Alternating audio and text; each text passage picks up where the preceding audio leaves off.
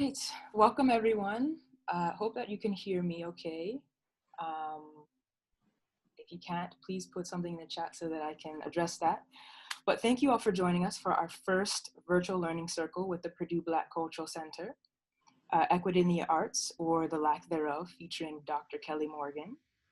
A little bit of housekeeping. We're going to begin at 12:05 right now. We were waiting to allow some guests time to log in. If you have questions as she is delivering her presentation, please feel free to put that into the chat, and I will facilitate that Q&A at the end of Dr. Morgan's presentation. That's going to last for about 10 to 15 minutes. I'm sure it's going to be juicy. I'm so looking forward to Dr. Kelly Morgan's presentation today. She's got a lot of wisdom to share. There's also going to be a link to a survey shared at the end of this session. Please take a moment to leave your comments in that so that we can continue to create good programming that best suits your needs. So, Dr. Kelly Morgan is originally from Detroit, Michigan.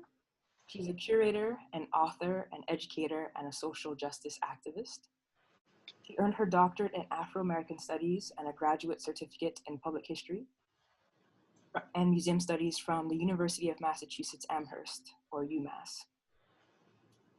Specializing in critical race curatorial analyses, her interdisciplinary research focuses on Black women's visual narratives.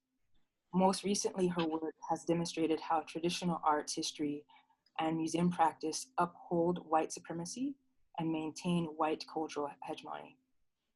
She's held curatorial positions at Birmingham Museum of Art, the Pennsylvania Academy of Fine Arts, and the Indianapolis Museum of Art at Newfields, where she recontextualized American collections to illuminate systemic racism and structural inequities to encourage responsible approaches to museum diversity, equity, and inclusion initiatives, or DEI. Currently, Dr. Morgan is an independent curator and art consultant. Thank you, Dr. Morgan, for being with us today. Thanks, Danicia, for having me. Thank you, everybody, for logging in and giving me an hour of your day. So many of you know me personally, and for those of you who don't, also welcome. It's such a pleasure and an honor to be here with you. A lot of you have heard me say a lot of the stuff that I'm going to say today. You've heard me say it before. But maybe not so much, in this context, right? There's a lot of conversation, happening in the museum world and the art world right now around equity. And I like to say, or the lack of equity, because museums really, particularly large traditional institutions, right? It's like they were not designed to be equitable. And as many of you, who are here today know, I just recently resigned my position at one such institution, the Indianapolis Museum of Art at Newfields, particularly, specifically for that reason, right? And it was a very public resignation, which was also deliberate, on my part, because I really wanted people to see what it looks like, right, when an institution claims to be or wants to be, right, dedicated to inclusivity, dedicated to equity, but isn't really ready to do that, right? Doesn't have the structures, isn't ready to really look at itself, deeply, to really create, though, a genuine culture around those things. And part of my impetus, in doing that was to also, illuminate there's a very real chasm that exists, particularly with large, cultural institutions or large museums, the traditional institutions, where, it is this idea, that we as an institution are committed to diversity, or we're committed to inclusion because we show Black artists in the gallery, right? Right? Or we show artists of color, in the gallery, or we acquire, right, works by artists of color, where there is no realistic or sufficient acknowledgement, let alone, sort of sufficient addressing of the very toxic and traumatic and oppressive, things that are happening to people of color in the building, right? And so it was really important for me one, as a curator, two, as a person, and three, as an activist, right? To kind of lay that out, right? So that the public can then see, the workings of this, and how it affects, right, Black museum professionals. And so, it sort of unfolded, in the way that it did. So for me, as a curator, let me actually go to the next slide. Oops. Yep. Okay, so first and foremost, and like those who follow me on social media, I know you've seen this before.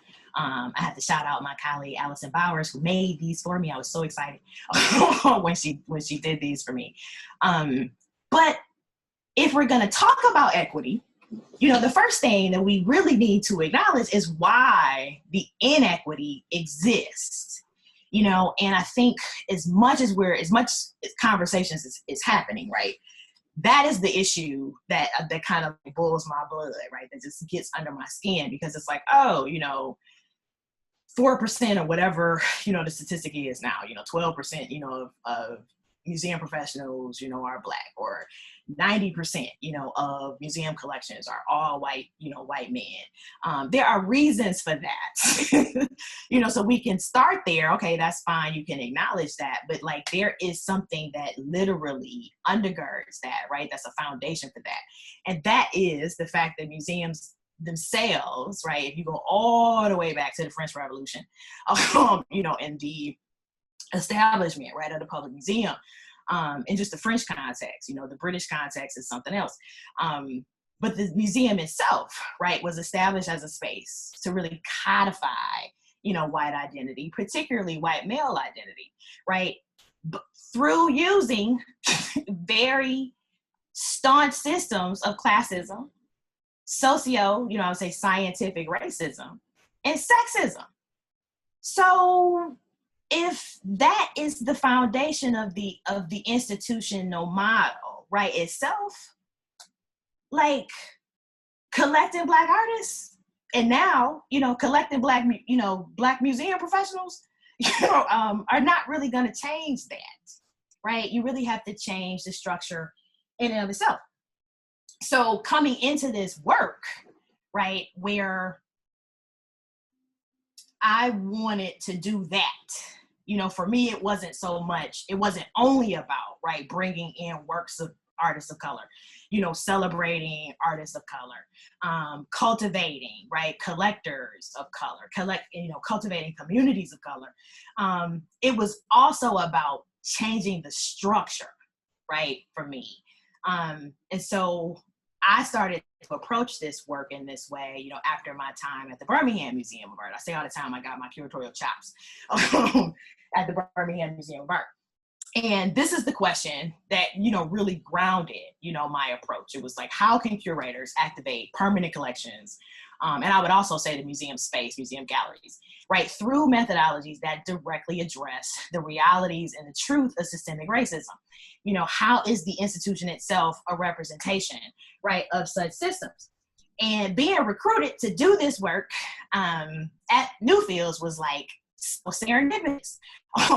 Particularly when you talk about space, because upon, moving to Indianapolis, one of the first things I noticed, in my, just kind of driving around the city, is that Newfields exists, on the red line, 38th Street. If you're from Indy or you're from Indiana, you know Indianapolis, 38th Street is like the very hard red line in the city, right? So it divides north from south, which also breaks down along class lines between the have and the have-nots, and it breaks down on racial lines between white and Black, right? So majority of the communities south of 38th are Black communities.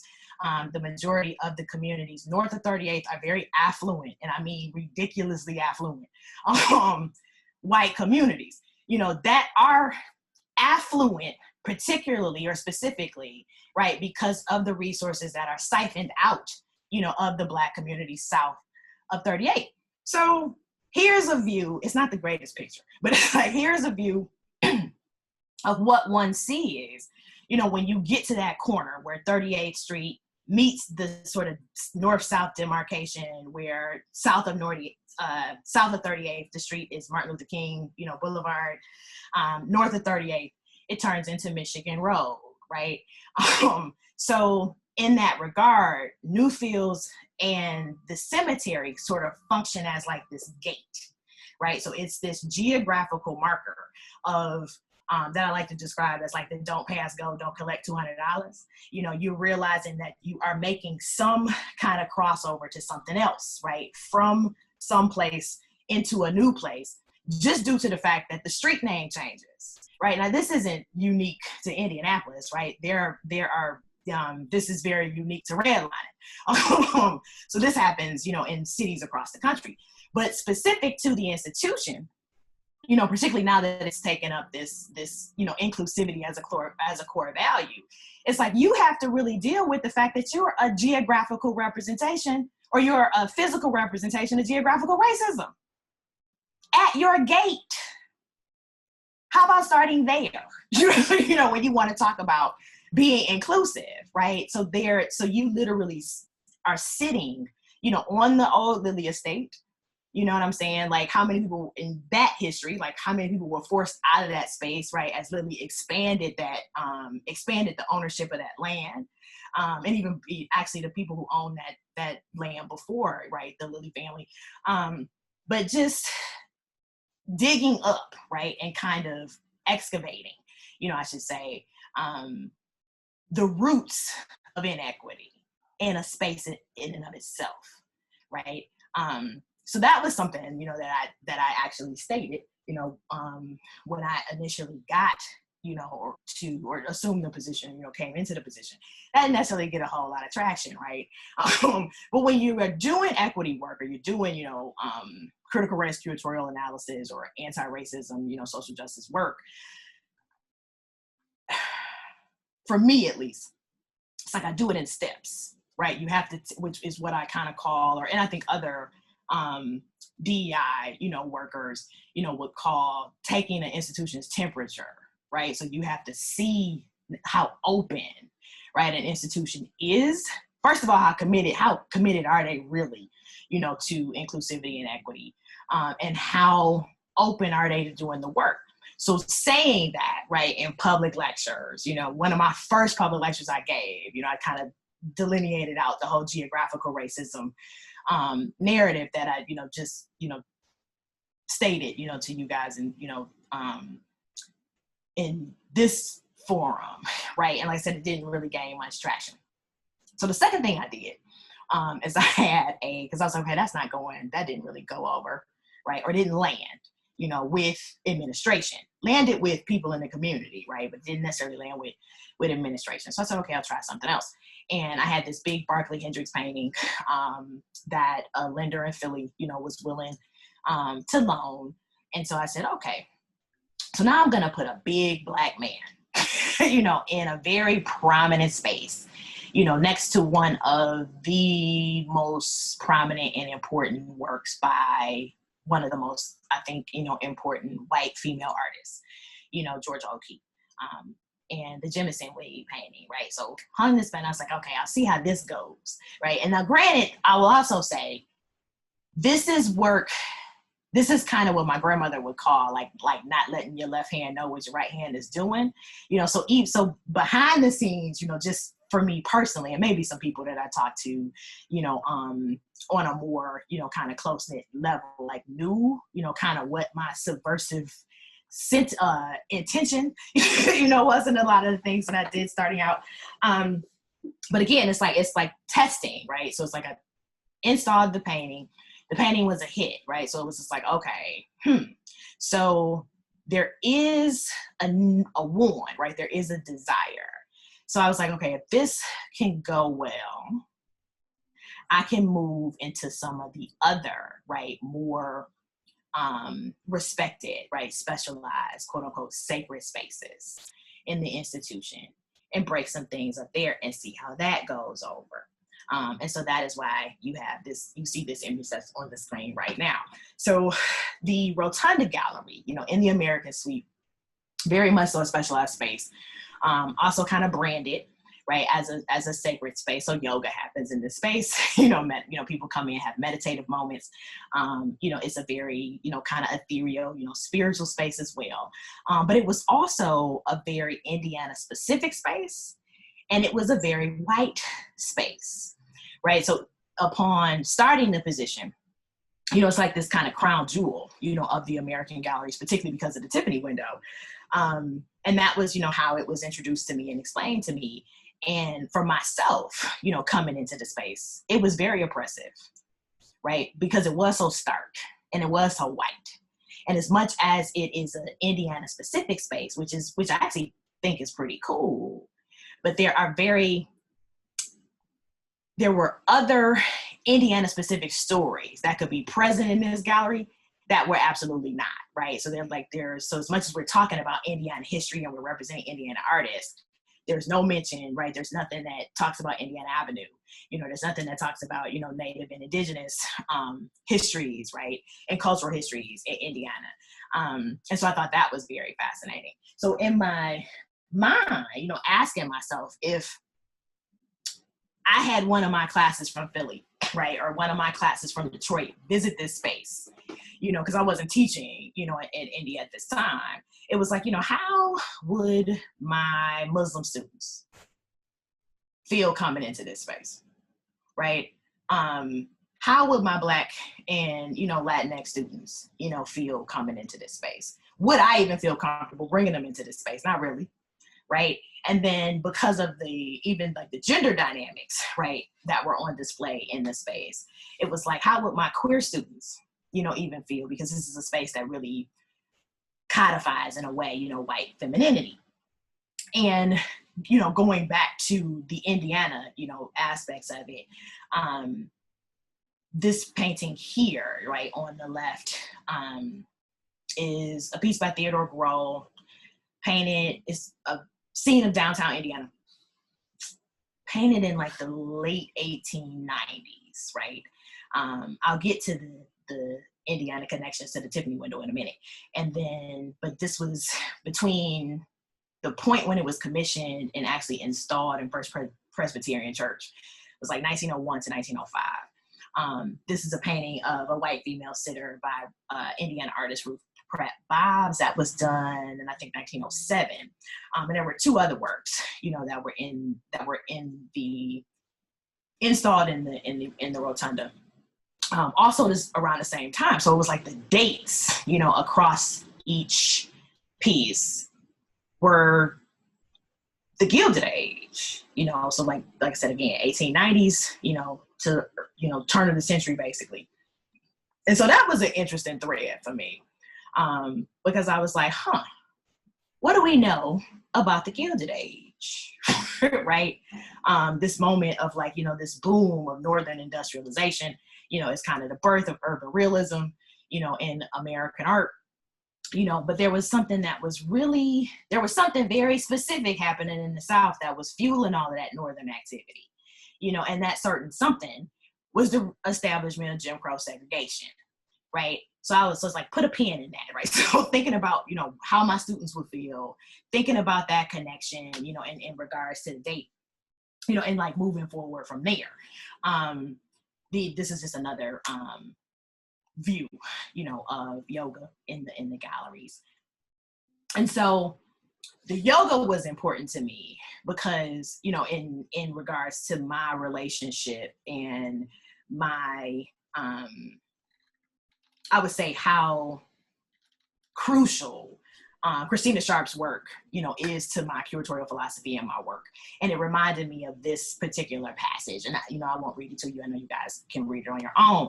But it was like, okay, here's very much so like a representation of how the institution is creating a particular pedagogy.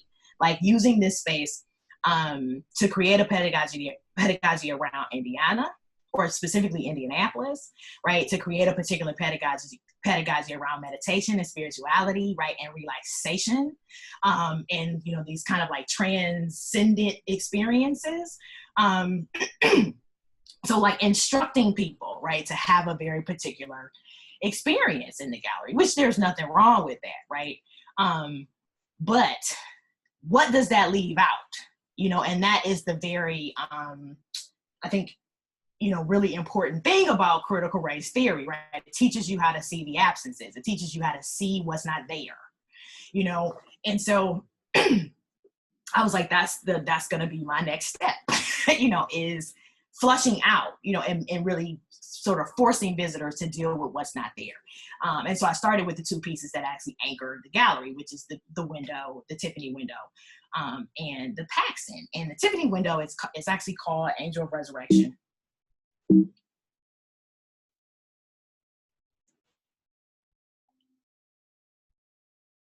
Again, design 1903, 1904.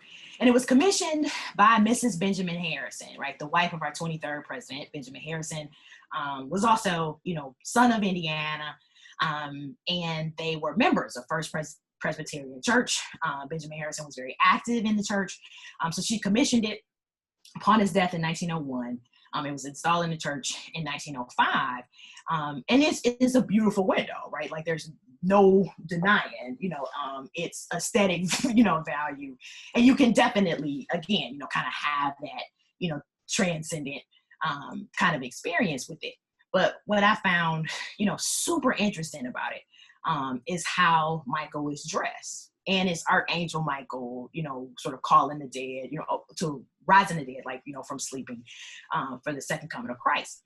And he has, if you look really closely, he has like the chainmail suit on, right, of a crusading knight. So again, going back to this timeline of Gilded Age works, from the 1880s to turn of the century.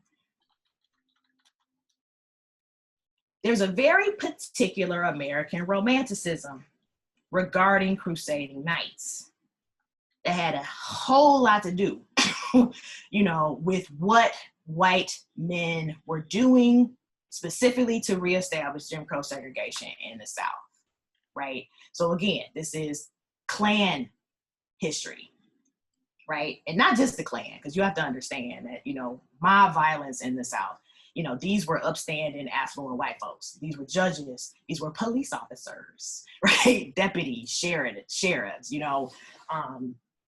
many, business owners, this kind of thing. It wasn't just like, you're kind of fumbling, bumbling, poor whites, even though, they participated as well. So then I was like, well, that's fascinating, that you have this kind of knight mythology here, that in reading the art history is linked back to Benjamin Harrison's service in the Union Army. So then, which again, right, opens this up to makes this even more intriguing, because he was he did serve in the Union Army, but at the time, he really wasn't like an anti-slavery activist, right, or anti-slavery advocate. Once he came back to Indiana, he did help, certain families relocate, to Indiana, Black families, relocate and get settled in Indiana. He was very much so about, freedmen's rights. But if you look at the dates, and I'll come back to the Paxton, that he was actually in office, this was a period of time where lynching was at its highest, in the country. So even as president, right, where he was doing what he could, I think, behind the scenes, right, to help Black families, he could not pass, or nor was he advocating for the kind of legislation, right, that would stop the terrorism that Black folks were leaving the South for in the first place, right? So again, kind of going back to this, crusading knight motif, and asking myself, who exactly, was Benjamin Harrison, crusading for, right? Because his constituency, and just in terms of like racial constituency, like not political constituency, they were crusading for a very particular demographic of white folks. You know what I mean? So I'm making those connections, and then I come to the Paxton. What was interesting about this is that this is not necessarily a usual, painting for Paxton, just in terms of size as well as subject matter. And it's called, Glow of Gold, Gleam of Pearl, again, very ethereal, white female nude. And it's, installed directly across from the Tiffany window.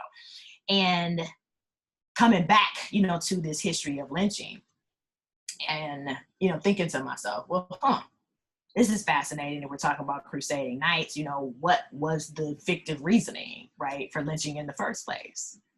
The so-called protection, right, of this very ethereal and oppressive, I may add, to a lot of white women, sort of mythology of white femininity, right? So we know, obviously Black men were not just raping white women, unbridledly in the South during the Gilded Age, which in Black studies we actually call the nadir. But we do know that white men were absolutely raping Black women unbridledly across the South, during this time, particularly at this time. We talk a lot about lynching, but we don't often talk about rape, as a lynching tactic. And so that was happening, to Black women, how Black women didn't have access, right, to this kind of femininity, right? Matter of fact, we were deemed, mythologized, pathologized, right, as the quintessential opposite of this femininity, So again, it's like when you start reading into how the work represents, the broader historical context that it grew out of, you don't necessarily have to, well, I should say it like this, like, typically when we're reinterpreting, right, historical work, I think the burden is, unfairly and kind of unnecessarily put on Black contemporary artists or Black contemporary art, right, to fill those spaces. And if you actually, remove the work from the mythology, of American history and American art history and place it squarely back, right, in the history from which it grew out of, the narrative is there. You don't really have to do a whole lot of research, to find this. This was not deep archival research. You know what I'm saying?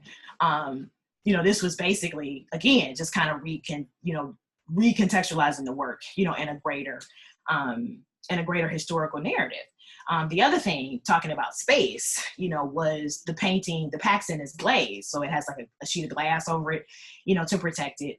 And so when you stand, right, in particular places in the gallery, the Tiffany window is reflected, in a very prominent way, right, on top of Paxton's nude figure.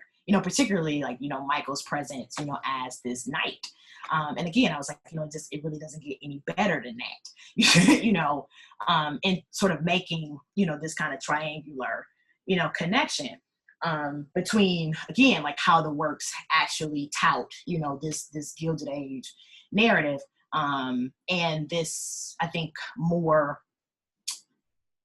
negative, right, narrative about that time period that is very present in the work, right, that isn't necessarily in the interpretation, that I wanted to pull out. So from that, I came to like this kind of light bulb moment where I was like, yeah, like my curatorial practice, I'm pretty much approaching American art and its maintenance, right, within museum collections as more problematic, right, more insidious, than instructive.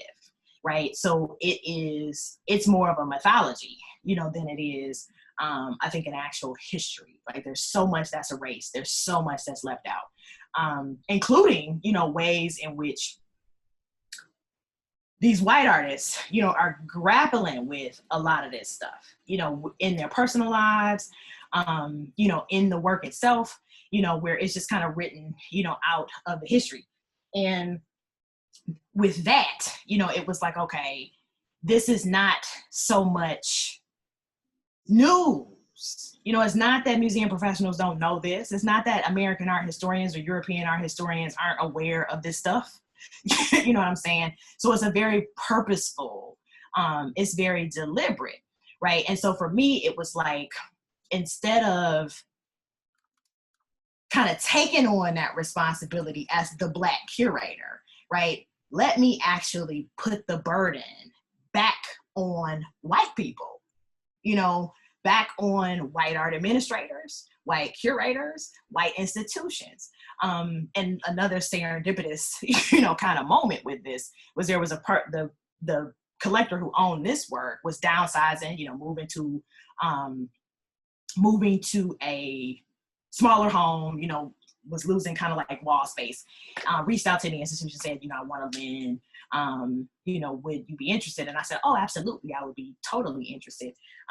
Because again, a painting like this, you know, particularly Robert Colescott, and just his grapplings and like the way that he really worked through miscegenation, you know, and again, in his personal life and his family history, as well as in, you know, American history. And, you know, the title says it all, right? Knowledge of the past is key to the future. And if you look at the figure, you know, I mean, he's playing on, you know, the iconography of Saint Sebastian and his martyrdom, but also kind of the crucifixion of Christ, right? So just the religious aspect, you know, plays back to the Tiffany window. But the figure is, you know, half Black male, half white woman, right? And these nooses, you know, that connect, right, the white male and the Black female, you know, to the body. And he's saying, you know, visually that, like, if we do not start conversing about the realities, you know, of racial mixing, and particularly sexual violence and racial violence, right, around race in this country, it's a crucifix. It's a that unwillingness, right, to deal with the realities of it, you know, will result in a type of crucifixion for all Americans, right? So you have this stack of skulls over here on the side, right? And you have the heels where they look almost like on fire with like this really quick, you know, brushstroke, right? And in these really, really bright colors. And, you know, to a certain degree, you can kind of read this as like the river Styx almost. You know, he's saying, you know, because to a certain degree, Colescott himself, you know, when you look into his family history, right, and the whole idea or the realities of racial mixing, you know, and miscegenation, and, you know, who's not Black enough, you know, or not white enough, you know, and how that affected him both as a person, as an artist, affected his relationship with his family members, the whole nine. When you look at that, right, it's like, at some point, you know, we really do have to start telling the truth about this stuff. And to a large degree, museums are, you know, like prime culprits, you know, because they really instruct and socialize both, I think, subconsciously and unconsciously, people how to see, you know, what is actually seeable, right? Who is actually seeable, you know, whose narratives matter, you know, when it comes to, you know, to this particular history, and whose don't. You know, who's actually seen as human, right? And who's not, you know, who's citizen and who's not, you know. And again, you know, those things are very real, you know, in museum culture, you know. And again, like Colescott is saying here, if we don't get really real about this shit, you know, excuse my French, you know, we're gonna, and what's the year on this? 1996, you know what I'm saying? So here we are in 2020, having the exact same conversation, you know, that Black revolutionaries were having in the 70s, that Black civil rights workers, Black and white, I say civil rights workers, were having in the 50s, that the NAACP was having in the 20s, you know, that Black abolitionists were having in the 1850s, right? And I can go all the way back, you know, to the revolution.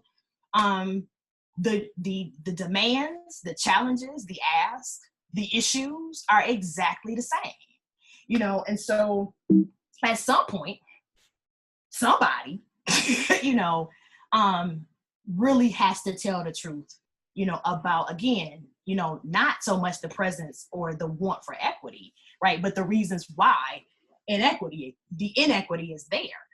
So I kind of borrowed, or not kind of, I borrowed the title from the Whitney's 2015 15 inaugural exhibition, America is Hard to See, because as they really started to, grapple with some of this stuff in their permanent collection when they moved into the new building. And this was another kind of like, subversive choice of mine, right? To use this title, again, as a way to put the burden, back on to, I would say, me using it at IMA and then again, the Whitney, institutions who have been central who have been central in the culture and in the reasoning, right? Perpetuating the reasons why the inequity exists in the first place, and so it's not so much a window, right? Or I'm, was hoping, right, it would act less as a window and more of a mirror, to make, the institution kind of look at itself, right? And even larger than that, which is why I actually chose the Whitney's title for this, was to make the field look at itself. You know what I mean? And I think that worked in some cases, didn't work in every case. I think this piece, did go over really well. I love how, particularly the docents, the docent corps took it up, and really toured it and engaged it, and were really happy about it. It was actually something that I had, as I was working through it, that I worked through with, my docents and one of my other curatorial colleagues too. So it's something that I'm really, kind of proud of, but it was also, again, going back to the institutional temperature taking, it was like the institution kind of missed the point, right? In terms of like not being able to be self-reflective. The work following, right, that grew out of this project, I kind of sat back and watched, the institution kind of make fumble after fumble after fumble, and so as I was working into, the project that was actually slated for me to do last year or next year, I knew, at a very early point in time, I was like, there's no way, because the institution just isn't ready, because I've kind of set up, and I think even some of my colleagues as well, right? It's like we kind of set up what I would call the oops, right? The alley oops, like to use a basketball analogy, and the institution missed the dunk every single time, and I mean, and there were some things that happened that were, that actually did, kind of go positively, but in terms of genuine equity, right? Genuine inclusivity, I don't know if it's necessarily unwillingness, right? Or just like not knowing how, to look at oneself. Once that became super clear, to me, I knew, that there was an adjustment that I had to make, because when you do equity work, right, when you're doing this work, particularly when you're working with individuals, organizations, or institutions that I sometimes say are starting from like -0, the very first step, in this work after the temperature taking, is disruption, right? That's all you can really do, is create the disruption, right? And then you have to kind of step back and watch what the institution or what the individual does with the disruption, right? Does it try to mend itself to go back to stat quo? Or does the enlightenment, or realization happen to say, okay, yeah, there's a problem. In regards to new fields, it was definitely, in my opinion, everybody may not agree with me, but in my opinion, institutionally, it was we are going to try to stop the bleeding, right? We're going to pack it, with everything that we can, right, to stop the hemorrhaging. The enlightenment, I think, happened on several levels in terms of individuals and, staff, docents, volunteers, that kind of thing. But these were already people who were committed to doing the work in the first place, right? Who wanted to do the work, who were excited, about my hiring, because it was like, okay, here's somebody that can actually like get us down in the trenches of it. And the institution was like, yeah, no, I don't think so. And the reason why I'm speaking about it so publicly like this, is because I've watched institutions, I've worked and consulted with institutions that have either done the same thing, or who have chosen to do the work, and I think when you get that, right? Like when you kind of know what you're dealing with. This is something else I'll say about, equity or anti-racism work. The resignation is almost required because you can't make people do shit that they don't want to do. An analogy that I use is like, sitting in somebody else's house saying, you should really paint your living room fuchsia. Ain't nothing in the house fuchsia, right? Couch ain't pink, right? Person don't even like pink. And you're like, I think you should really, paint your living room fuchsia. And they're like, well, I don't really want to paint my living room fuchsia. And you're like, you should paint your living room fuchsia because it's the right thing to do. You can't be in somebody else's house telling them what to do in their own house. You see what I'm saying? And as, right, an anti-racism activist, as a social justice, scholar, activist, curator, whatever, I think the other thing that you have to know how to do, it's like you have to know when to stop. You have to know when you're not talking, right, to the right people. You have to know that when the people you are talking to are no longer listening to you, which is something else, right, that happened to me in Newfields. I can pinpoint the moment when the institution stopped listening. You know what I'm saying? And so when that happens, you have to move on to the next thing, and I will do it again, and I will disrupt the next, the next place. But again, these are the I think realities, of equity work, that I just wanted to, touch on, in this forum. And I thank you, for being here and listening.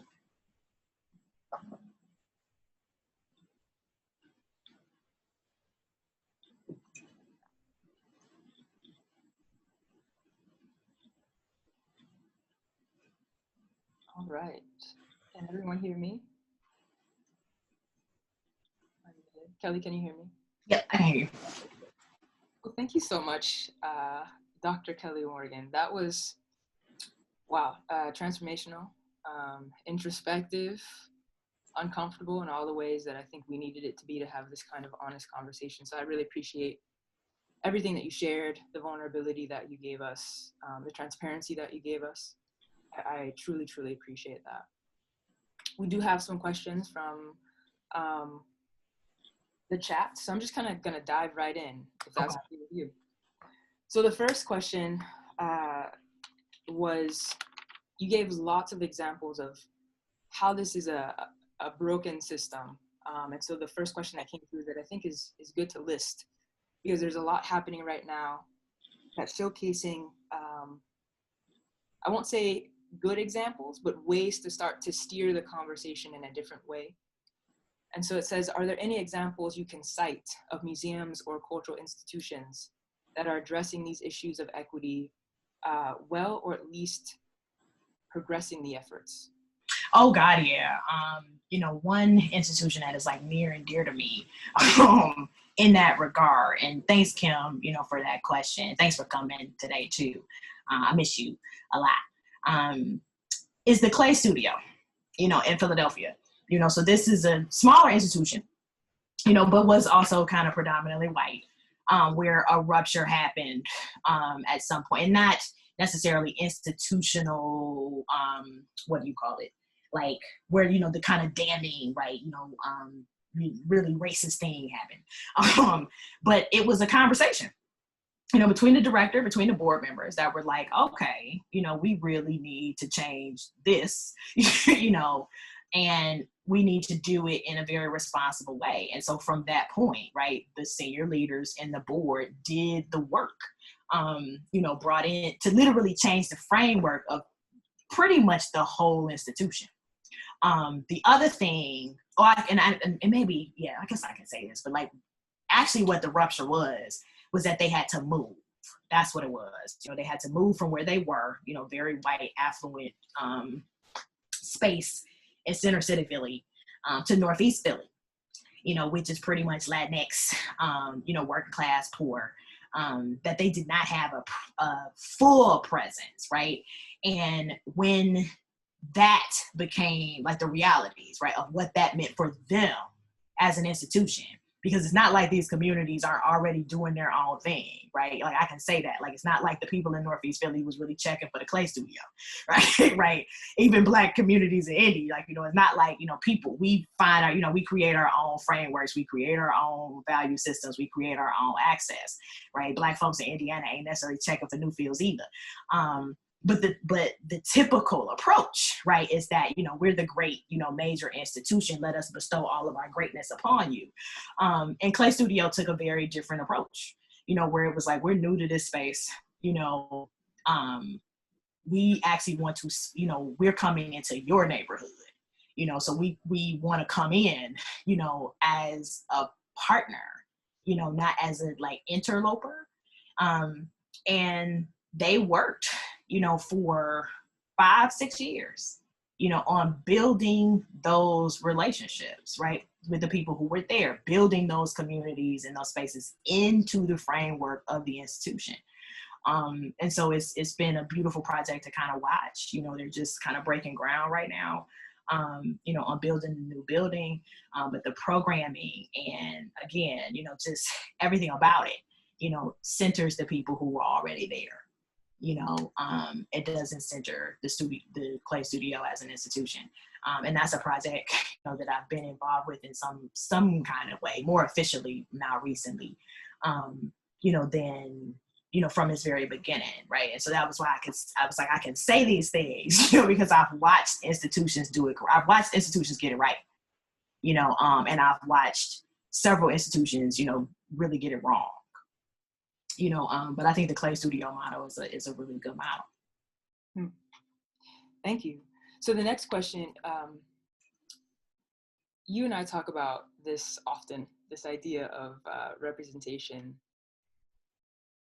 A question came through that says, it's hard to work at cultural institutions and see displays of white purity, but rarely see representation of Black and brown people. So I kind of want to take that a step further. We talked about diversity, we talked about equity, we talked about inclusion, but something you and I talk about a lot is liberation. Yes. And so I'm curious if you would share your perspective on the ideas of liberation theory for, I don't even want to say people of color, but people who matter. Like, people who matter. Yes. And not generalizing us in this, absurd category, but people who matter in these spaces that do come with this white spatial imaginary. I'm like, you're not gonna like my answer.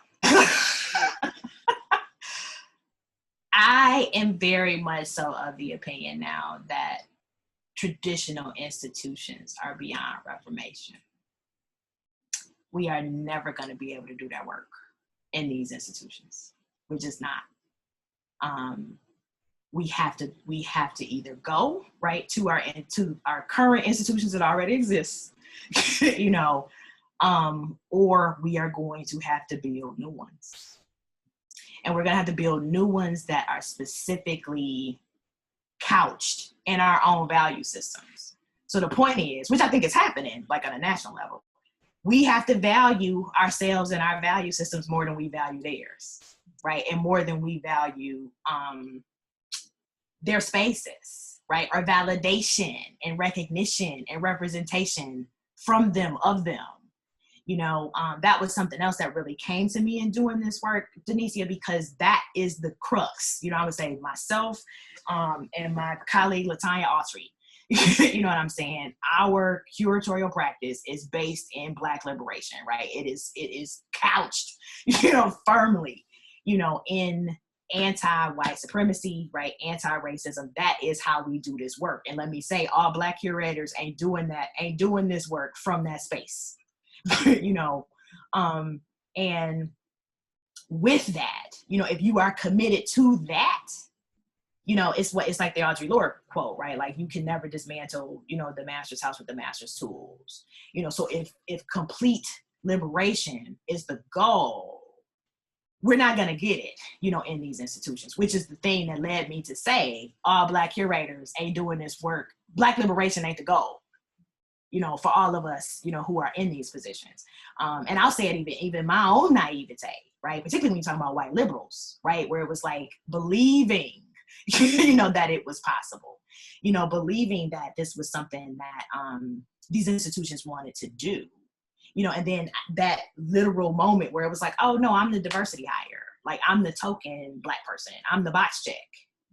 So it was like using my position to kind of undermine that, and to kind of challenge that, because where I would really, particularly with, I think, the IMA, administration, was running up against this friction, right? Or this really these fraud exchanges, was because my work came specifically out of a Black framework, and it wasn't something that they could understand, because nobody had ever taken the time to even acknowledge the fact that there are other frameworks outside, of like the white middle class, American value system, right?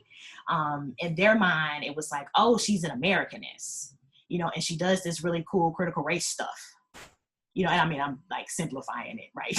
Tremendously. But nobody really knew what that meant. You know what I'm saying? And so for those of us as artists, as activists, as curators who work from those frameworks, we'll never be able to do them in these institutions, because the institutions aren't, they just aren't designed, for that kind of work. So we really have to create our own spaces. We super do. Now, having this happen to me 3 times, I'm just like, yeah, and then subsequently watching the field respond, to my resignation. I think people will be super surprised to like know how many people have my ear, right? To know how many people, directors included, across the field, that called me, to say some very specific things, right? About, kind of behind the scenes or like under the radar, to affirm, everything that I was saying, everything that I'm saying even now. So it's the thing that everybody knows, right? But nobody likes to admit. And I think even sometimes as Black folk, because it's like, as my mom would say, we had these moments where we feel like we have arrived, because we're in these institutions. But even for myself, it was like, you can't create this kind of change, Kelly, unless you are a museum director. Curators don't have enough power. You know what I'm saying? Even watching my white colleagues, curators, and, and other staff around the institution, when they saw that it was like, okay, the administration's not listening to Kelly anymore. Not only is administration not listening to Kelly anymore, administration has totally deemed Kelly unprofessional now. So now we have to say something. And they took it up, and took it up collectively. And then they began to get attacked and retaliated against and ignored. You know what I'm saying?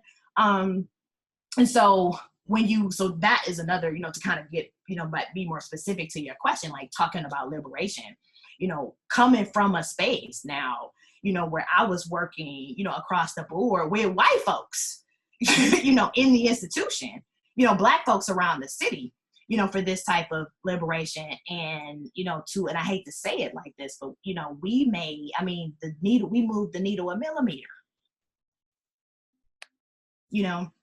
and so it's like, I think, again, it goes back to truth, being able to be not only truthful with the people that you're advocating to, or challenging, but also being able to be truthful to yourself. I love that. I say often that this unlearning process that a lot of these spaces are going through has to stop coming at our expenses.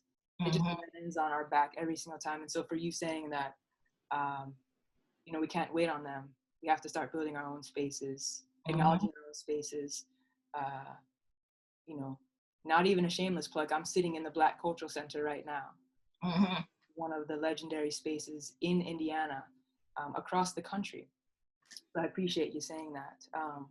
Another question that we had come through, it says, can you talk a bit about how your work, and I know you touched on this, but how your work addresses not only the inequities within our institutions, but also the systemic oppressions that present themselves within the symbiotic relationship between the institution and the community?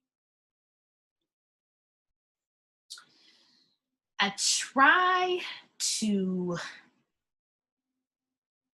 like illuminate that, right? So that was why, I started out talking about this gate, you know,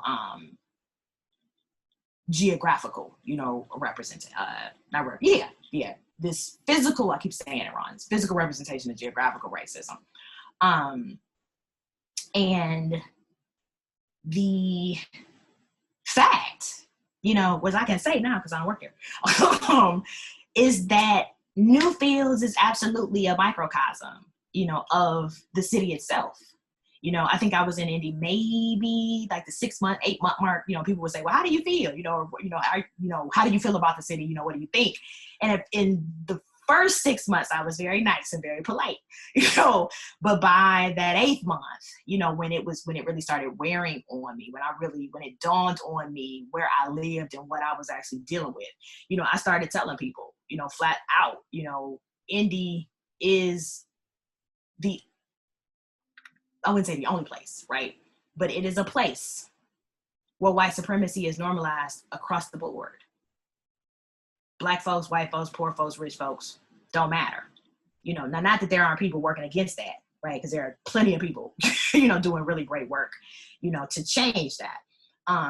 But overall, Indianapolis as a city, it is codified white supremacy unlike anywhere I have ever seen it. It's one thing to study it, right? It's another thing to see it like kind of live and direct. So give in the institution, the same thing is present, right? It's the same reality. You could count, the PLC, museum professionals at Newfields, on 2 hands. And recently, the institution just lost 3 pretty prominent, staff of color. That was something that didn't necessarily make the news, around my resignation. I was resignation number 7. You know what I'm saying? And not everybody, resigned because of racial issues. Certain people did, but it is a greater, culture of a greater toxic culture, along various lines, that influence other resignations.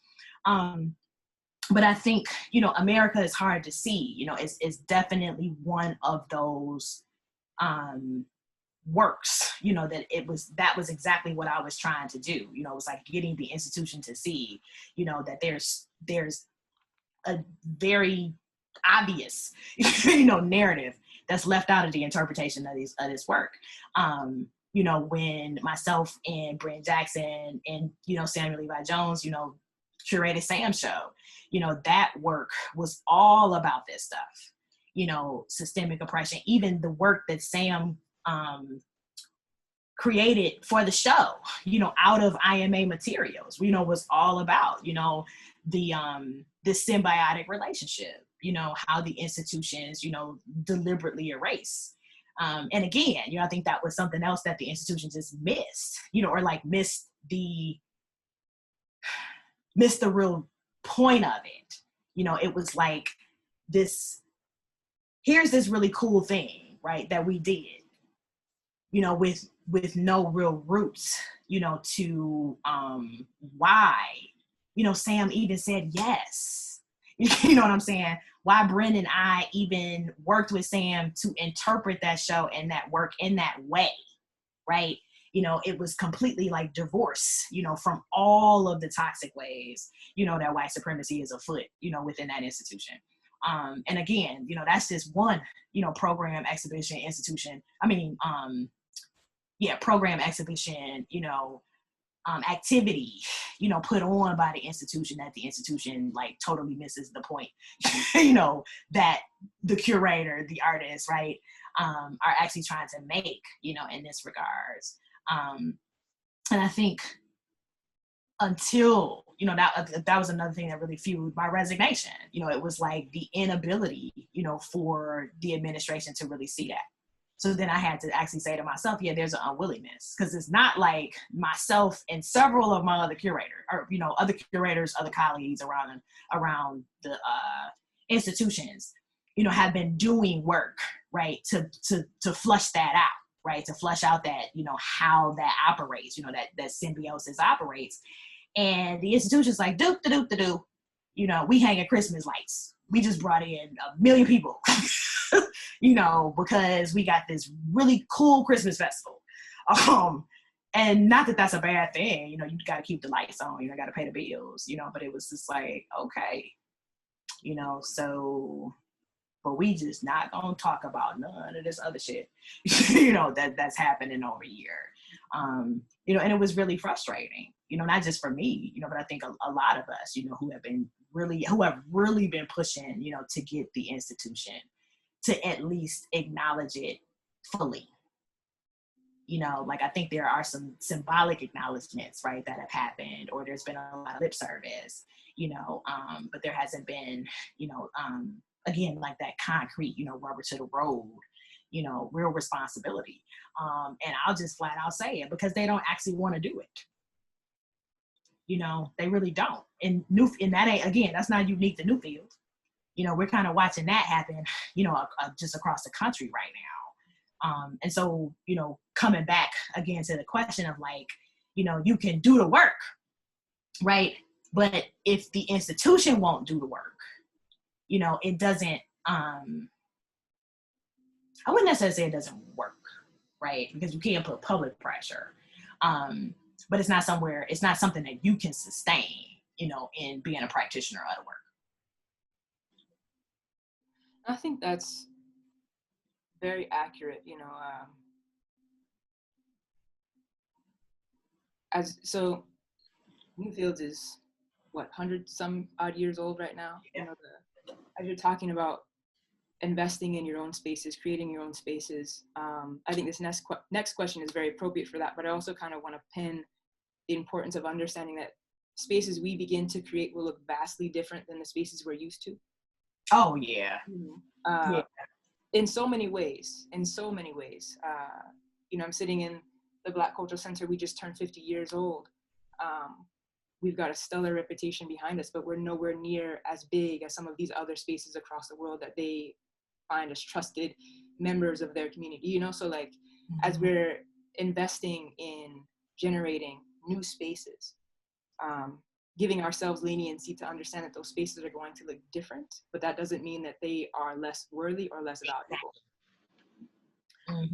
Exactly. So this question kind of feeds into that. As can you speak to the significance of studying from an interdisciplinary perspective through Afro-American studies for your practice as a curator? Oh, absolutely. That's a really great question, because that is like central.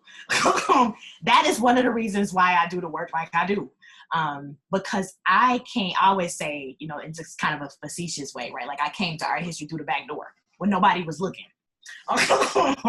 So I learned American art history from a Black framework, because as much as art history is really lacking, right, and its curriculum, around African American art, Black studies, kind of lacks a similar framework, right? You can really access it through like visual cultural studies, right? But it was all self-study for me, so it was literally, because this is 2010, 2011, so to study art history, I was literally calling people, because the classes just didn't exist, and it was mining the footnotes, buying the books, reading them myself, reaching out to the authors. Some people called me back, some people didn't, and so much of it was like my own piecing together. A second thing, about interdisciplinary study was that the people who did respond, both Black art historians and white art historians, was like, okay, this is what you want to do. I'm going to give you this crash course to get you right. So it was like studying with people extensively, to kind of get as much of it, as I could. Coming from Afro-Am, though, I think what a lot of people take for granted, because a lot of people don't even know what we do, in African American studies. But I came from both an institution and a department that is rooted in grassroots activism. UMass is like academic activism ground zero, right? Right. So there's that. And then again, the discipline in and of itself is interdisciplinary, right? So for me, going to UMass, our study, of quote unquote, as people would say, like Black history, right? It's really world history. So we started in like 13th century Europe, with what was happening in Europe that prompted colonization, right? That prompted, world conquest. What was the rest of the world doing and had been doing, right? So we learned about ancient African nations, the ancient indigenous nations, as well as ancient Asian nations, right? And you get all of that history, right? I always say, the Europeans were super late to the game, right? So in learning all of that, that's economic history, that's political history, that's philosophy, that's sociology, right? That's science, in a lot of ways, because you have to grapple with the whole genetic stuff, and how, Europeans really shaped, the science of genetics, right? To in this racist way. That's anthropology, that's archaeology, that's geology.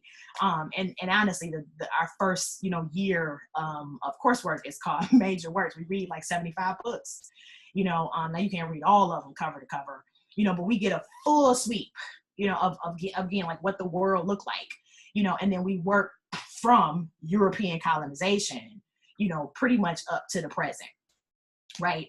So we get this crash course in like all of the disciplines. So in doing that, I'm also learned those academic frameworks, so I know how to apply, right, a social work framework. I know how to apply a sociological framework. I know how to utilize an art historical framework. I know how to utilize an economics, analytical framework. So I bring all of that, to the space, to the object, to the space, whatever.